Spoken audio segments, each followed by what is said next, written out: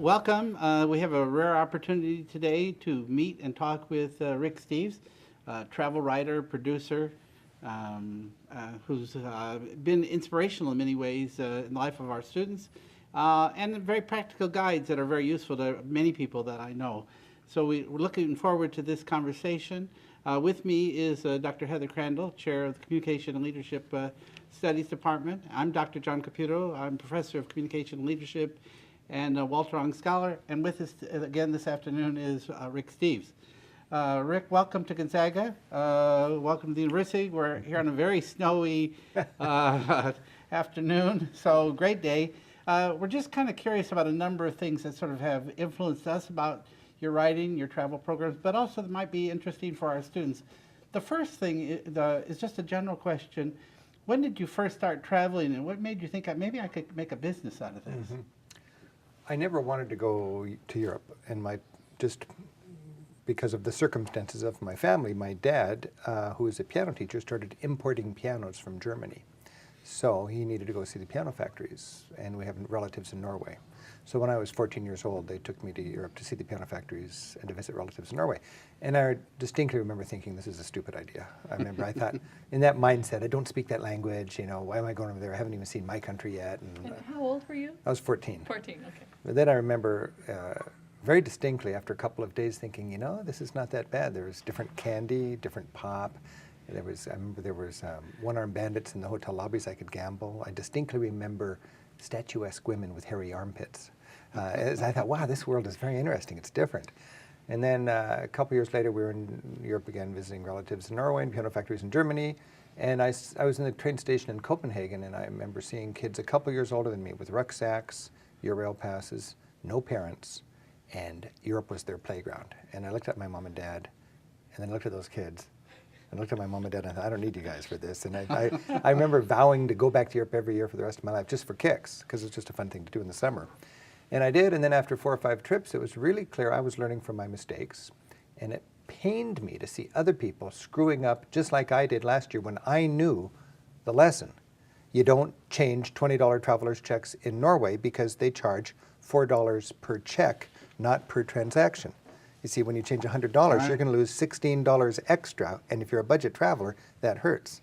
It's not going to ruin your trip, but these green Americans ahead of me were changing $20 traveler's checks. I learned that, and I had a $100 traveler's check. I was going to get 16% more from that exchange.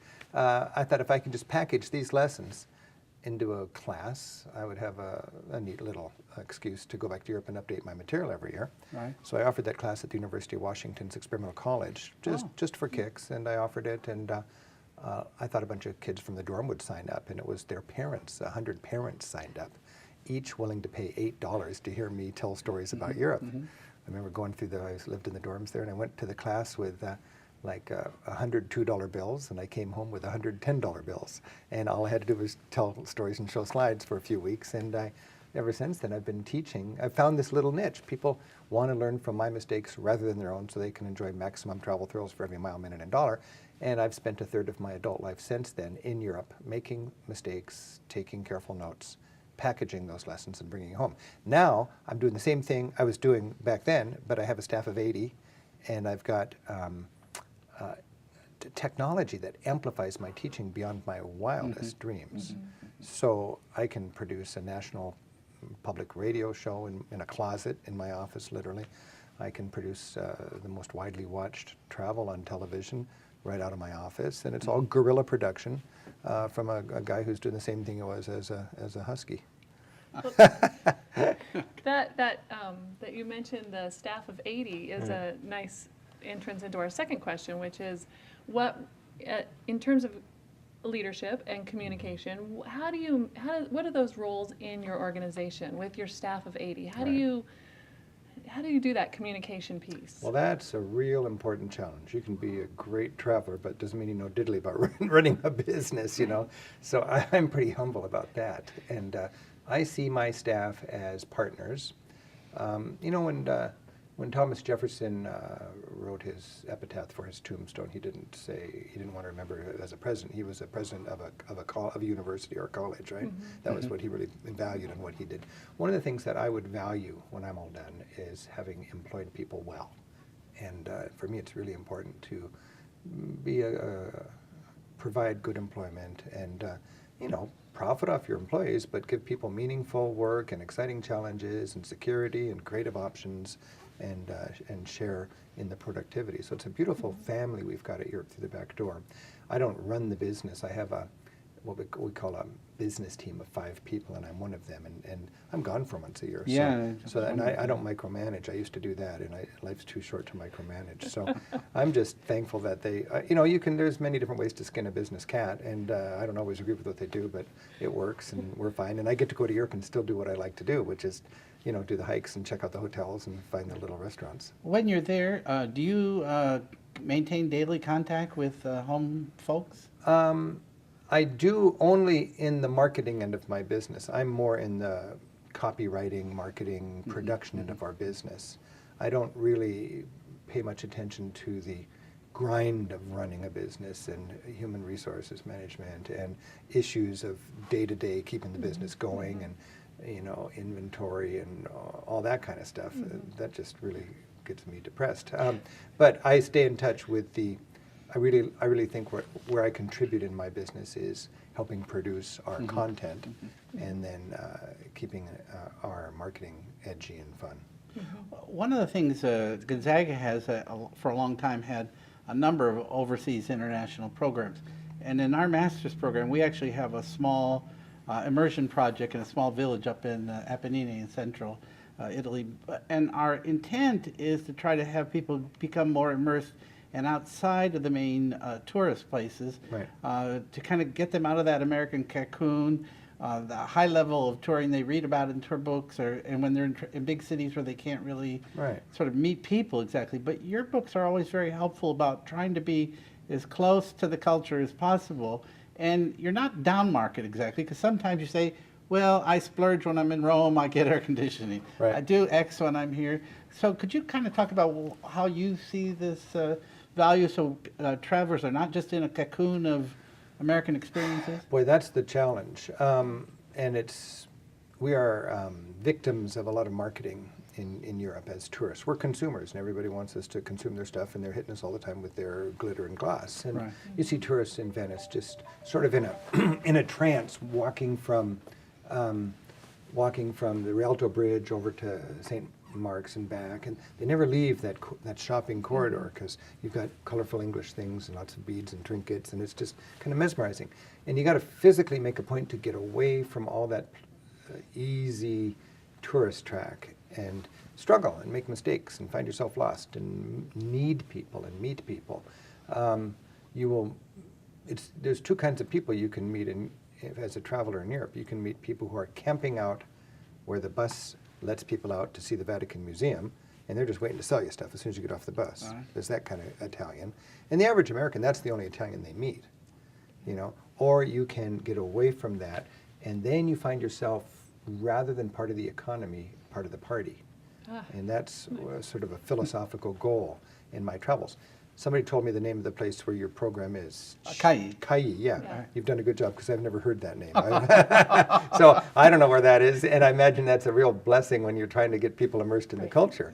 Because then they are visiting students rather than tourists. And that's a beautiful thing, Last winter, I picked up, actually through your marketing, I found this book. It was offered to educators for $5. Oh, yeah. And I thought, I'll get that book. I'm really curious about the book. Good. And it comes close to our philosophy of our program. And I thought, well, let me read what he's meaning by this. And why did you? So my question is, because so far we're using it, find it very valuable, but wonder what was motivating you to put this new spin on what travel's about. Yeah, that travel as a political act is the latest sort of evolution in my teaching. And when I cross the border, they say, what's your job? What's your occupation? I say, teacher. I still fancy myself as a teacher.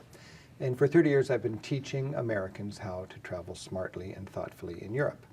Now, if I follow the evolution of my teaching, and I'm an independent, self-employed kind of guy. I can teach whatever I want. You've hired me to come here tonight and give a talk.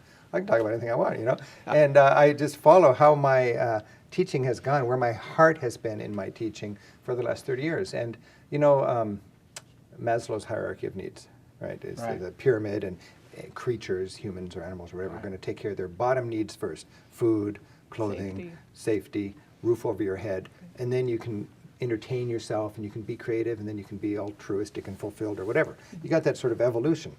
And my teaching has sort of done its own traveler's Maslow's hierarchy of needs. For the first decade of my teaching, 1980s, it was all about budget travel tips. It was Europe through the back door, Right. you know, how to catch the bus, how to get a good train pass, where to find a good hotel and a youth hostel or whatever. And then in the 90s, I thought, well, that's taken care of. In the 90s, I wrote a book called Europe 101, History and Art for Travelers. And my passion was trying to inspire and equip Americans to properly enjoy the history, the art, appreciate the culture, the cuisine, the wine, all that kind of stuff. So that was the 90s, and that was Europe 101. And then ever since 9/12, my real teaching energy has been in helping Americans gain a broader perspective through their travels. We're just 4% of this planet, and we're seeing right now this talk of exceptionalism, you know, that we are an exceptional 4%. Only if you've never been out of this country would you believe we're an exceptional 4%. I don't want to sound unpatriotic. I'm American through and through, but I'm smart enough to know we're not exceptional. We're good, but there's other people who are good too, you see. And from a Christian point of view, you know, a lot of people say, God bless America. Well, that is so counter to Christian basic beliefs. God created all the people on this planet, not just the Americans. And he's not a parent that loves some kids more than others. And maybe these kids have to get out and get to know the family a little more, you see. Yeah. So there's the irony, the sad irony of 9/11 is it causes the people who need to travel most to be less likely to travel. Because of fear and because of misguided patriotism and economic self-interest, they decide to stay home. Be patriotic, you know, stay home. I would argue, be patriotic. It's good for national security for us to better understand the rest of the world, so they have a tougher time demonizing us with their propaganda, and so our propaganda has a tougher time causing us to demonize the rest of the world. It's a very powerful thing in this day and age to get out and travel, and when you see so much fear rattling around in our society, it's clear to me fear is for people who don't get out very much. Your students who live and study in Italy, they're going to be less fearful after that experience rather than before that experience. And they'll probably be less fearful than their aunts and uncles and grandmas and grandpas who are thinking, oh, are you going to go over there? Didn't they just kidnap some girl? And what about the guy on the boat and all this kind of thing? You know, people got to get a grip when it comes to that. So I'm really sort of really excited about helping inspire people not just to travel, but to travel in a way that doesn't exaggerate the gap between us and them, but creates empathy and helps us connect and understand each other better. And for me, the conclusion of that book is the best souvenir you can bring home is a broader perspective. Good. So a follow-up to that question is what, you know, in your book you mentioned that preparing to travel and how travel is a political act. So it sounds like your answer gets at that how travel is a political act just by going. Well, travel is a broadening act by going. By going. By gaining a political broader act. perspective, then you come home, and when you engage politically in society, then it becomes a political act. It's not a political act until you come back and you act as a citizen who's a citizen of the planet as well as a citizen of this country. Then it's exciting, the differences can make. But my hope is that people would have the perverse kind of enlightened approach to voting where they step into the privacy of a voting booth and they don't vote for what's in their personal short-term financial interest, but that they vote for what's in the interest of economic justice and fairness and people who are desperate, who are going to be impacted more by this election than people who are more richly blessed. That's the irony. You know, whoever wins the election doesn't really matter to me that much, but it matters to people who are struggling. And I, not because I'm a saint or anything like that, but just because I've traveled and I can humanize struggles and I can have empathy with these people. Now, when I step into a booth or when I talk politics with people, I'm not advocating for me. I'm advocating for people who are desperate. And in order to sell that to half of America, you got to spin it in a way that appeals to their fears and their greed. I hate to say. So you just got to tell people, I don't care even if you're motivated only by greed. If you know what's good for you, you don't want to be filthy rich in a desperately poor world. Right. And you could sell it. I mean, that's reason enough to vote in the interest of economic justice. You know, last summer, we had a couple in our program overseas, and the wife had a problem with health, and so I took her into emergency room in the small hospital. And after x-rays and other kinds of things they did, et cetera, we got done after about a half hour. I was kind of doing some translation of that. Then I asked for the bill, and they said there'd be no bill.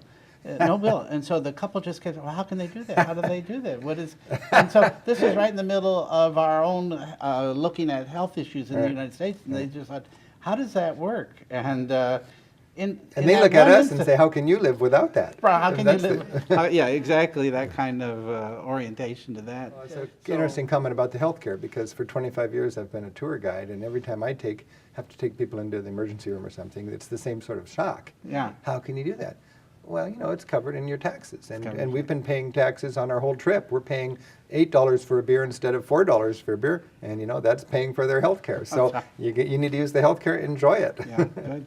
And gasoline has been more expensive in Europe for quite some time. Well, Is that Europe, part of that? you know, I've been thinking about the fundamental differences between Europe and America, because we're very similar kind of sister societies. We're wealthy, Christian, capitalist, free, literate, all that kind of stuff. And really care about a government by, for, and of the people. And I really believe, and I talked about this in Travel as a Political Act, here in the United States, we're a government by, for, and of the people via the corporations that we own. It's not a good thing or a bad thing, it's just what we decide. And it makes sense to have a government that creates a good business environment so our corporations can prosper. Europe, on the other hand, is government by, for, and of the people in spite of the corporations that they own, trying to create a sustainable and a just society, maybe at the expense of short-term economic affluence. And a good example is, I think you'd be much more likely to see a law that required you to pay for the disposal of your car when you bought it in Europe than here. Right. Because that's not good for business. It's just honest accounting, you see. So these are fun issues to deal with, and as we grapple with pretty serious challenges here in the United States, I think it's just healthy and constructive to see how other smart, caring societies are dealing with the same problems, because sometimes we keep butting our head up against the wall, just doing the same thing over and over again, when our friends on the other side of the Atlantic have got it figured out in a more effective and pragmatic way. Thank you very much. You're welcome. Happy travels. Yep. Thanks. All right, good.